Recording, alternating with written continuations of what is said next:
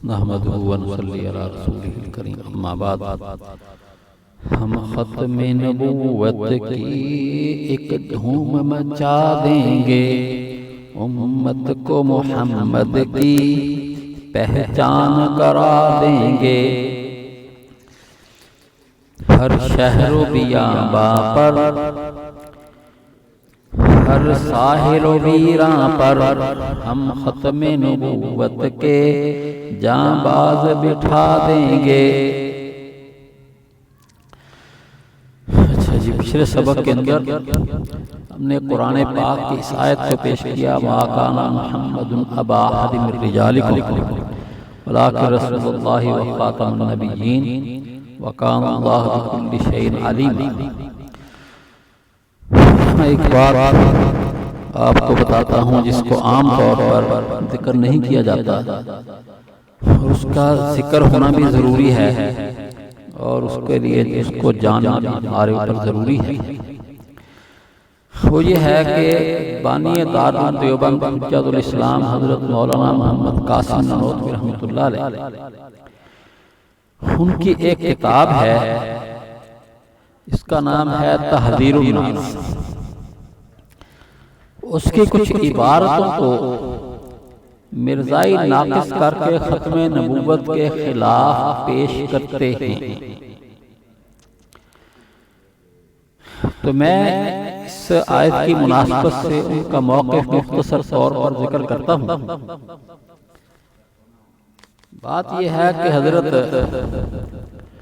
ननौतवी रहमतुल्लाह अलैह उस किताब के अंदर एक बात तो ये फरमाते हैं कि नबी करीम सल्लल्लाहु अलैहि वसल्लम को अल्लाह ताला ने आखिर में इसलिए भेजा है कि आप आखिरी नबी,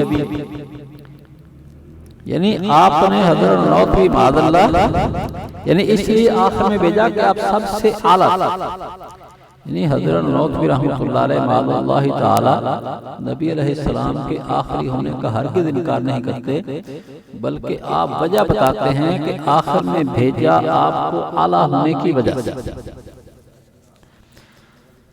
दूसरी बात यह है कि हज़रत ननौतवी रहमतुल्लाह अलैह इस आयत से अपने अंदाज में यह साबित करते हैं कि नबी करीम सल्लल्लाहु अलैहि वसल्लम तीन तरह खातम हैं, यानी तीन तरह खातमियत आपके लिए साबित है।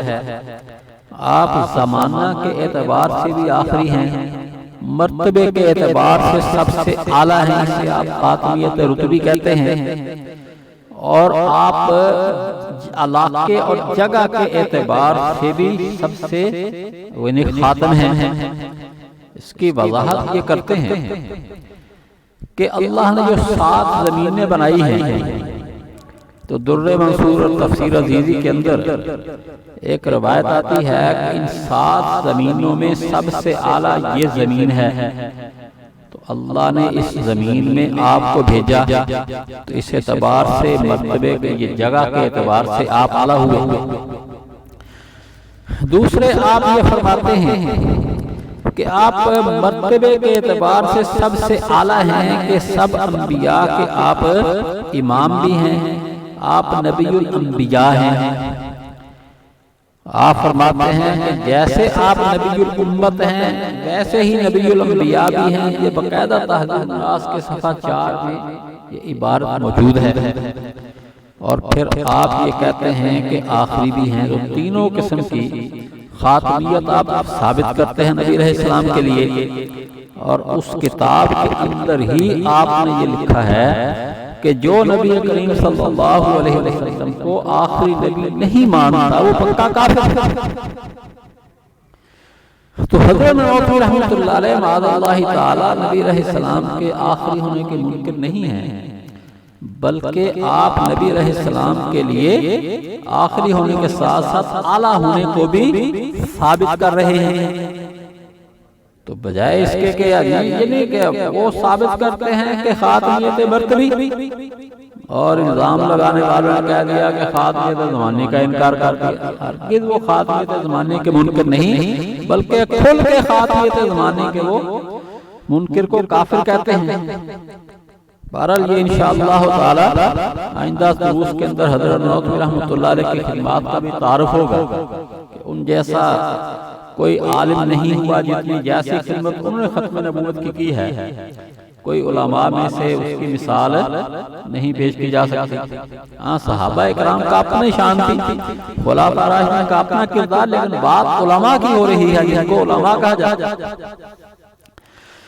अच्छा, अब हम कुरान करीम की इस आयत की एक और अंदाज में तफसीर करते हैं, जिससे आपको पता चल जाएगा कि हज़रत नौतवी रहमतुल्लाह अलैह का मौक़िफ़ ये हरगिज़ कमज़ोर नहीं है। अल्लाह ताला फरमाते हैं कि मोहम्मद तुम में से किसी मर्द के बाप नहीं, और लेकिन अल्लाह के रसूल और खातमुन नबीय्यीन आखिरी नबी। अब यहाँ पे गौर करें कि अल्लाह ताला ने फरमाया कि किसी मर्द के बाप नहीं, तो भी फिर आगे रसूलुल्लाह और खातमुन नबीय्यीन का मतलब क्या होगा? यानी पहले तो ये कि मर्द के बाप नहीं, तो फिर या तो आगे होगा लेकिन औरत के बाप, ऐसा तो नहीं कहा, बल्कि ये कहा लेकिन अल्लाह के रसूल। ये पहले रिसालत नबूवत का जिक्र तो है नहीं, ये तो नहीं कहा ना कि वो वली नहीं बल्कि नबी, ऐसा तो मसला नहीं। एक तरफ ये कह दिया कि आप मर्द के बाप नहीं, और आगे जाकर कह दिया लेकिन अल्लाह के रसूल हैं, तो मुनासिबत तो हो। इस पे गौर करें, मुनासिबत क्यों है कि मोहम्मद का लफ्जी माना होता है बहुत तारीफ किया हुआ, और दूसरा माना मोहम्मद का यानी बार बार तारीफ किया हुआ। तो मोहम्मद लफ्ज़ मोहम्मद का माना एक क्या है, बार बार तारीफ किया हुआ है, लेकिन बहुत तारीफ किया हुआ। और अंबिया के नाम, खास तौर पर नबी अलैहिस्सलाम का नाम, ये ऐसे तो बेमाना नहीं जैसे आजकल किसी आदमी का नाम तो सालेह हो और है वो गुनाहगार आदमी, सन में का मालिक हो और नाम क्या है सालेह। तो ये तो नहीं कि सालेह का मतलब नेक परहेजगार तो है नहीं, लेकिन नाम बढ़ गया। तो नबी अलैहिस्सलाम का नाम तो बेमाना नहीं। अब यहाँ जो अरब के अंदर खास तौर पर ये समझा जाता था जिसके नरीना औलाद है उसका नाम चलेगा, जिसकी नरीना औलाद नहीं नाम नहीं चलेगा। तो अब यहाँ जब ये बात होगी कि जी मोहम्मद किसी मर्द के बाप नहीं, तो सवाल ये होता है कि जब किसी मर्द के बाप नहीं, उनके नरीना औलाद नहीं, तो उनका नाम नहीं चलेगा। जब नाम ही नहीं चलेगा तो उनकी तारीफ कौन करेगा? और आप मोहम्मद का माना बार बार तारीफ, नाम ही नहीं रहेगा तो तारीफ कौन करेगा, और बार बार कैसे होगा? तो अल्लाह ताला ने इसका जवाब इरशाद फरमाया कि वो मर्द के बाप नहीं लेकिन अल्लाह के रसूल हैं, तो आपकी उम्मत आपकी तारीफ करती रहेगी। क्योंकि जब हम कहते हैं अशहदु अल्ला इलाहा इल्लल्लाह, अल्लाह की वहदानियत का जिक्र हो गया, अशहदु अन्ना मुहम्मद रसूलुल्लाह, तो नबी अलैहिस्सलाम का, अल्लाह का रसूल का ये भी बहुत बड़ी तारीफ, अल्लाह का रसूल होने की मामूली तारीफ। तो इस वास्ते जो अल्लाह के रसूल हैं उम्मत इनकी तारीफें करेगी, तो इस वास्ते ये चलता रहेगा। फिर हजी कब तक होगी तारीफें? तुमने कहा बार बार हो, तो कहा भाई ये तारीफें होंगी कि हमेशा होती रहेंगी, क्योंकि वह खातमुन नबिय्यीन आखिरी नबी है, आपके पास कोई नबी नहीं। समझ आ गई बात है? तो अब ये जब इस अंदाज में देखा जाए कि भी पहले कहा कि मोहम्मद किसी के मर्द के बाप नहीं, तो सवाल होता है कि फिर इनकी तारीफें कैसे होंगी? मोहम्मद का लफ्ज़ी माना तो है बहुत तारीफ किया हुआ। उसका जवाब यह है कि आप अल्लाह के रसूल हैं, कब तक तारीफें होंगी? कहा कि आप आखिरी नबी हैं। अब यहाँ एक आखिरी होना, हजरत कहते हैं कि आखिरी होना जमाने के एतबार से भी होता है, मर्तबे के एतबार से भी होता है। वो कहते हैं कि मर्तबे के एतबार से भी आखिरी, जमाने के एतबार से सबसे बाद, मर्तबे के एतबार से सबसे आला।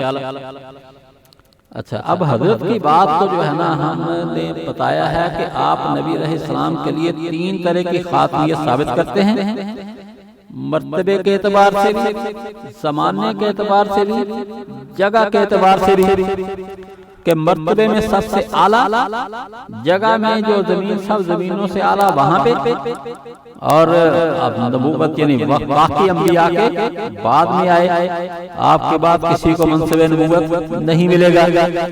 अच्छा, अब हम इसको एक मिसाल के साथ वादे करते हैं। मिसाल आप ये समझिए कि कोई आदमी कोई कपड़ा खरीदने जाता है, अच्छा सा सूट खरीदने के लिए।